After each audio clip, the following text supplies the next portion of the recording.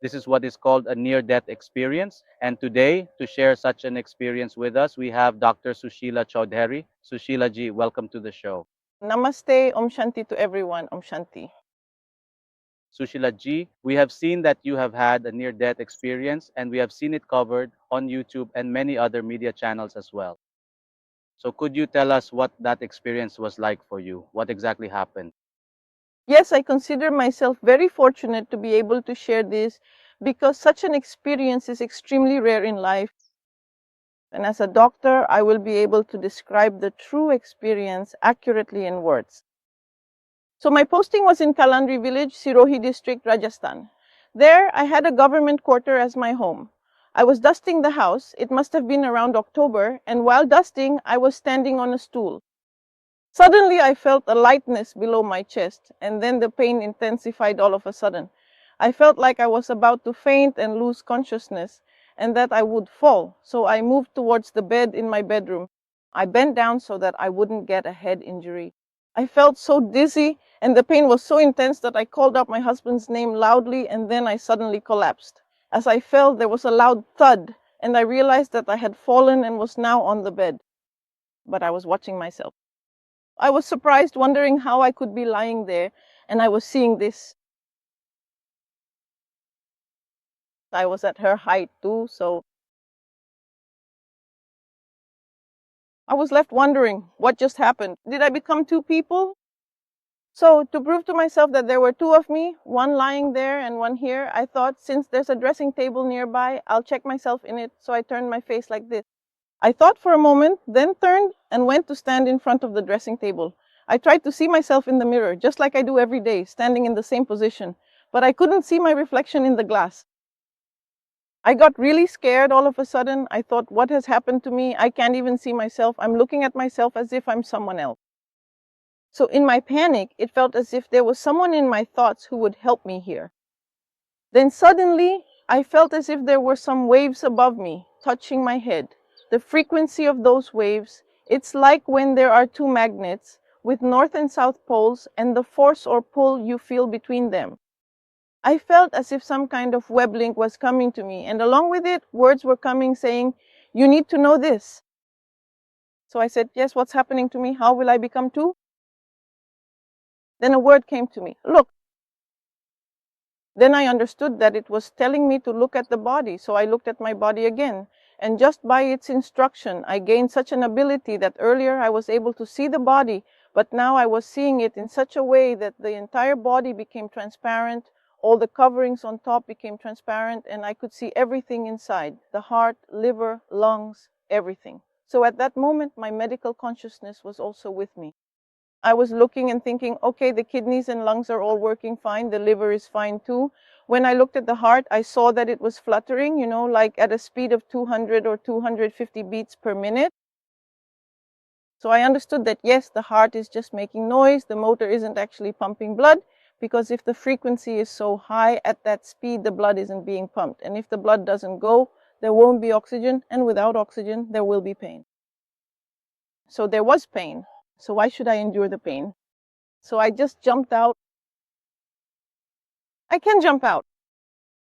I mean, it had such an effect that I explained it to myself. And as soon as this sentence came to my mind that I jumped out, it became clear to me, oh, this isn't me. So there must be something in which I can just jump out like that. So I felt completely satisfied, as if that tension was gone. The question was, if I was one, how did I become two? Then it became clear to me, no, that's just some covering of mine or something else, but here I am. It's such a wonderful thing. I started realizing it here, and being outside of it feels so good. And at that very moment, I saw and felt that when I had spoken, when my voice came out, my husband came over and was working hard on me. He was at home, so he was talking to me, saying, "Cho, get up, check your blood pressure, what's happened."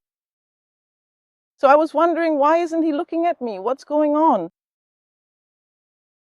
How will she raise her hand like this? He's not looking at me. I am here. Even then, when I saw the situation outside and that tension was relieved, that I exist and that was just some covering or an instrument, a body, Then I started to enjoy myself here because the atmosphere was pulling me. I noticed that I was feeling very light here. Atmosphere. I mean, I was outside in the room and I felt so relaxed, so good, that my attention was drifting away from that side. So I thought, how wonderful this is. Life should really be like this, so full of joy, so peaceful. I felt so light, it was as if I cried, and if I just turned my face like this, I would die. So I thought, if I can do this because I felt it at the dressing table, then I thought, let me go outside, let me try flying and see. I had gained such an ability that I could leave the room. Just then that voice came again. I could clearly hear the sound, and the words were coming into my mind, just like thoughts. And then suddenly the words came, no, stay right here. Now I got a little bit scared. I thought to myself, what just happened? Who is this? Earlier, when I asked for help, it actually helped me, but now it's just standing right above me, telling me to stay here. So this must be someone, a real presence. So I tried to remember properly. Was there really someone? I couldn't remember anything, but I thought, whoever this is, I have such a strong feeling that it's someone who wishes me well, and I won't be able to dismiss it. Besides this, I felt like I had no other option in the outside world. So I said to myself, there's no other way, just stand here. Since they've told me to stand, I'll just stay here. So while standing there, I kept watching the scenes in the room.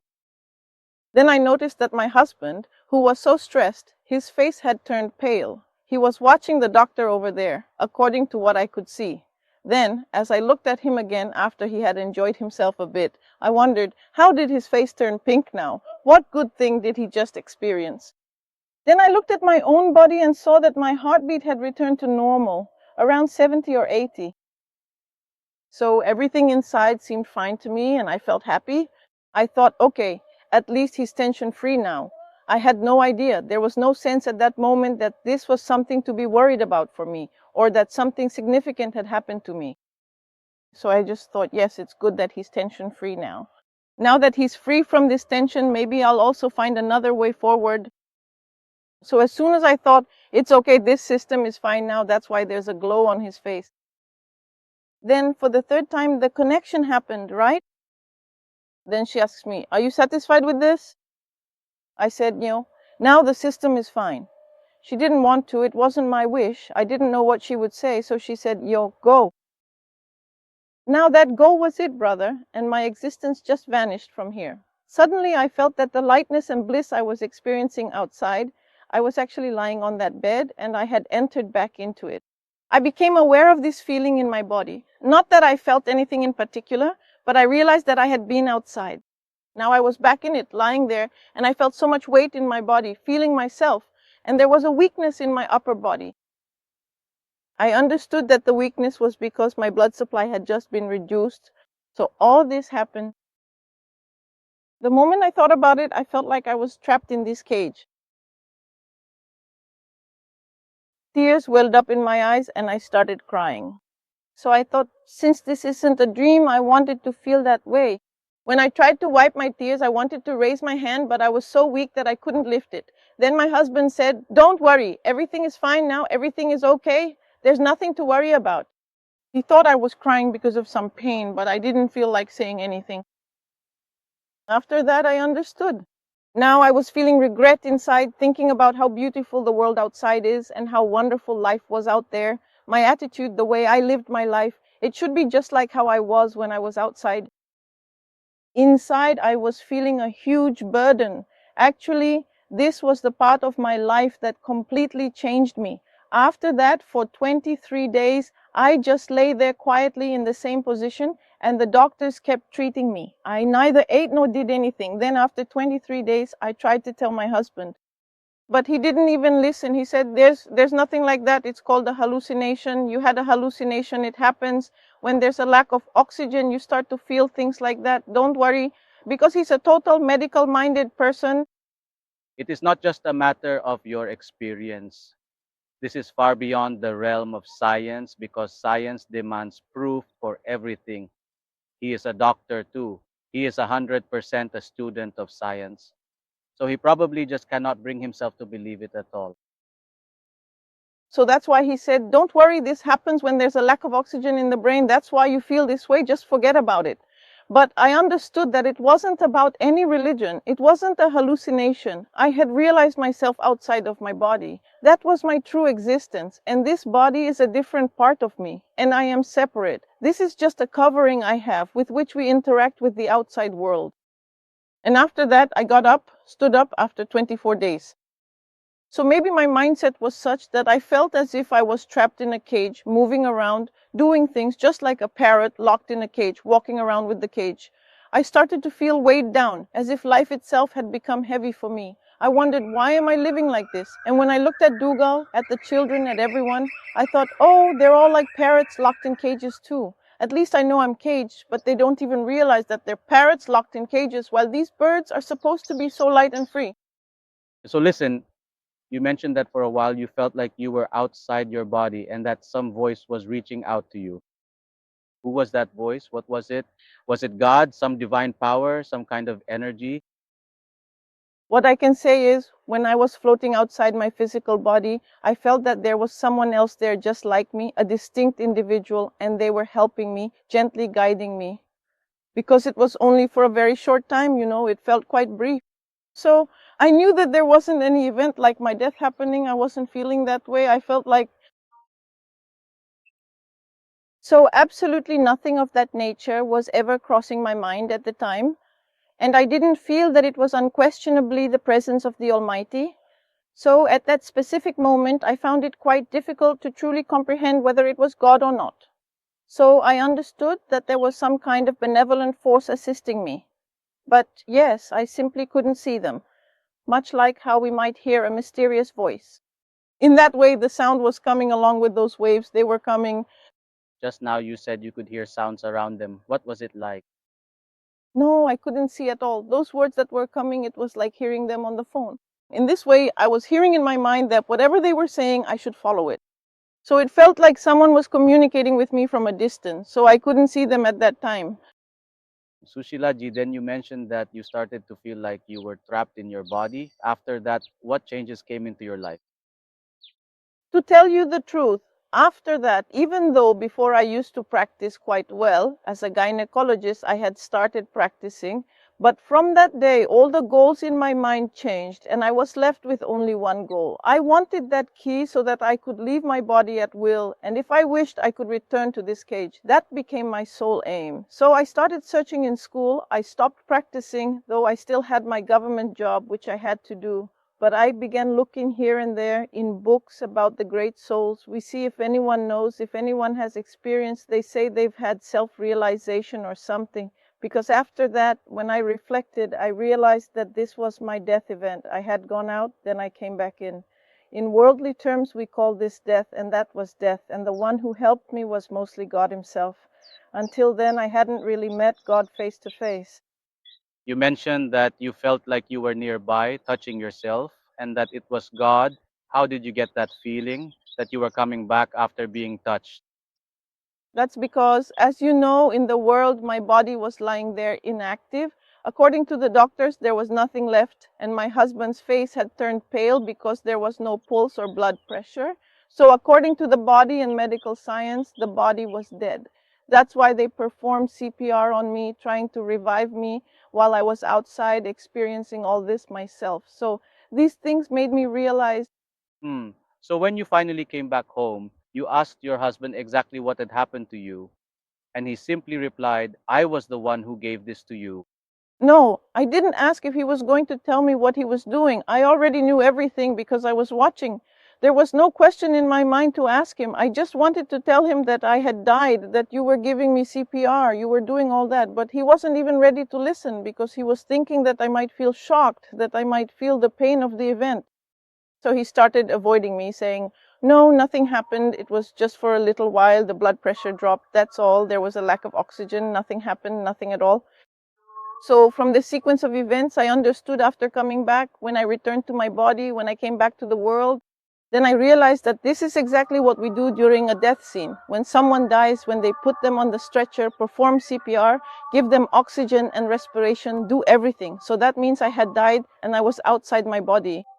So I was a separate existence. I came out and I could see, and then after seeing my own death, I went back inside. So, Sushila, as you mentioned, you felt like you had left your body, like you touched the border of death and then came back. So, how did you realize that you had touched that borderline and then returned? Yes. What happened was that when I was outside, I saw that my husband's face had turned pale. And at that moment, I was wondering why his face had become pale. So in that moment, I felt something completely different, almost as if I were actually reaching out and touching him with my own hands. I was touching him and wondering what was happening. She was able to understand that. Then I saw that he was thinking that my blood pressure had dropped. There was no pulse. So after that, they started the treatment. His face was pale because he felt that I had died. I mean, I was very close to death. They were giving me CPR, glucose, and everything. So in medical science, we only do this when someone has died, what we call dead. And I was feeling myself outside my body. So later, after coming back into my body, when I reflected on all these things, I wondered what had happened, what exactly had happened to me. Then I realized that this is what we consider death all over the world. So I had died and I had come out of my body. For the first time, I truly felt myself, and then I went back inside. That is exactly why I can say with absolute certainty that I had died, and then I returned to this life from that profound experience. You came back with these answers. Then, after being in the cage for 34 days, how did your life change? How did your journey continue after that? As for the journey ahead, after that, this is what happened to me. As I mentioned, my mindset completely changed. I no longer had any interest to do my own private practice to earn money. I used to have a good, thriving gynecology practice, and I had good knowledge of everything, of medicine. I was a good student, but all of that stopped for me because I just couldn't focus on those things anymore. All I wanted was this method, this way of stepping outside, feeling so good, experiencing myself. I started getting drawn to that state where I wanted to be outside. I didn't want to stay in a cage. I wanted to be outside. So light, so good, so peaceful, a life of bliss. That's the life. The idea of truly living life that way just got stuck in my mind, so I started searching for how to achieve it. Where can I find it? So after that, I started thinking about all the religious places we have. Like specifically, I thought maybe I should go to the Jain Upashrayas. I thought of meeting Jain monks, thinking maybe I would learn something from them because they talk a bit about the soul and such. I even went there, tried to find out, and referred back to the devotional books I had read since childhood. It wasn't like I was taking a test from a book. I was just reading in the hope that I might find something somewhere. I mean, I started searching through all those books that talk about such things, about whether a person can really be alive like that, but I didn't really find anything satisfactory anywhere. Only when I read the Gita did I find that the body is separate and the soul is separate. That much became a little clear to me, and I understood that I am the soul, something else. I realized myself outside and then entered into this body. The one who made me enter, now I felt that I had to catch hold of that. So I became obsessed with finding that key so that I could step out of myself, come back in at will, and truly enjoy that experience. For as long as I wanted, not just for 12 minutes or so, he made me enter again, so I needed to get that key. And that key is with him whom I couldn't see. And since he put me inside, I started looking for ways to find him. You said that your search began, so did that search ever get completed? Did you find success or was it a failure? How did it go? That next journey, It couldn't have been a complete failure. I did find success, but it took time to achieve that success. After that, as I mentioned, I started meeting everyone, especially those who were involved in such things, those whom we considered to be practicing austerities, those who might have had such experiences. I went to almost everyone, and as a reference, I also explored the scriptures of every religion. But I didn't find anything anywhere, from my perspective.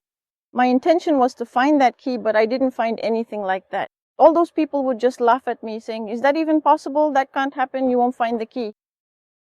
So I said, I'm a medical student and I've studied science before, and in science we're taught that when a certain action consistently produces the same result, science considers it proven only if you can repeat it again and again and get the same result each time. So I started thinking, what could this be scientifically? So I realized that the state my body is in now, I probably won't be able to communicate with someone who has communicated before, because maybe they communicate only in that particular state. When we are outside of this physical covering, so what I started doing was practicing by myself every day because I had lost my sleep. That experience outside was so wonderful that you just can't forget it in your life.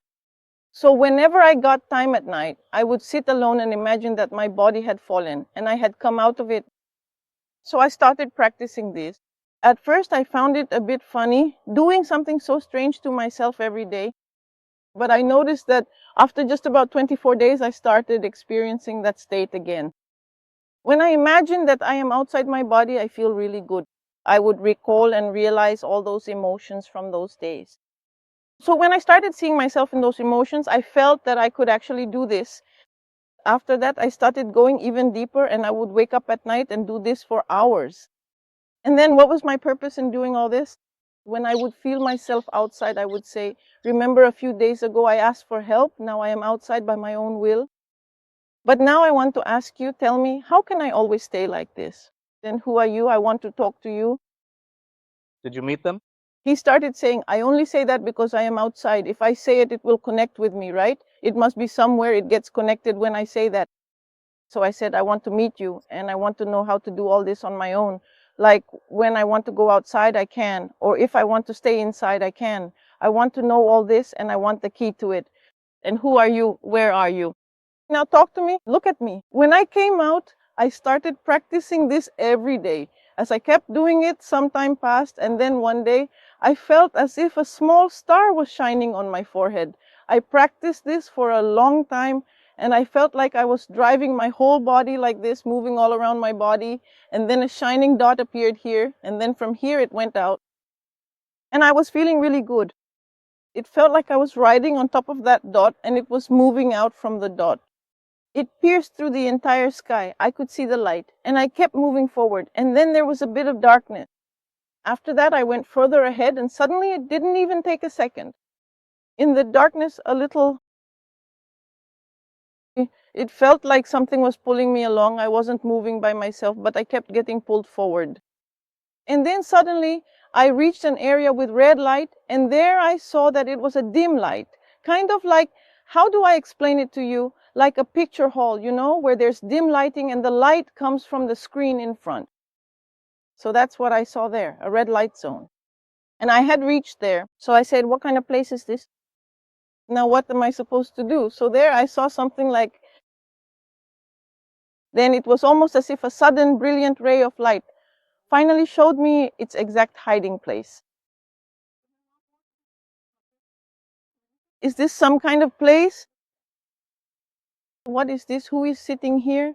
When I started looking around, I saw only bindis everywhere. It was all an arrangement of bindis, and I was looking at those bindis. They were bindis. But how do I identify which one is my mother, which one is my sister? Oh, this one is my friend. That's how I was recognizing people among those bindis. So I wondered, what are these people doing here? Then I noticed that everyone's attention was focused forward. No one was looking at me. So I also looked ahead to see what was in front of me, and what can I say? It was so beautiful. So there was a small bindi, a brilliant light, and it was truly so magnificent. The radiant rays of pure love and deep peace emanating from it were completely filling us up. After that, I just started really enjoying it, and as I was quietly enjoying it, I noticed that there were actually 2 more rows in front of me. You know how we have certain ingrained habits from our childhood?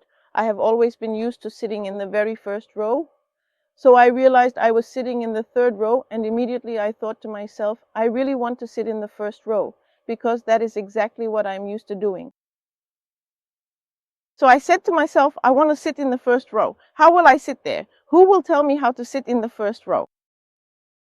The very moment that thought crossed my mind, the light directly in front of me shifted. One of its brilliant rays reached out and gently touched me.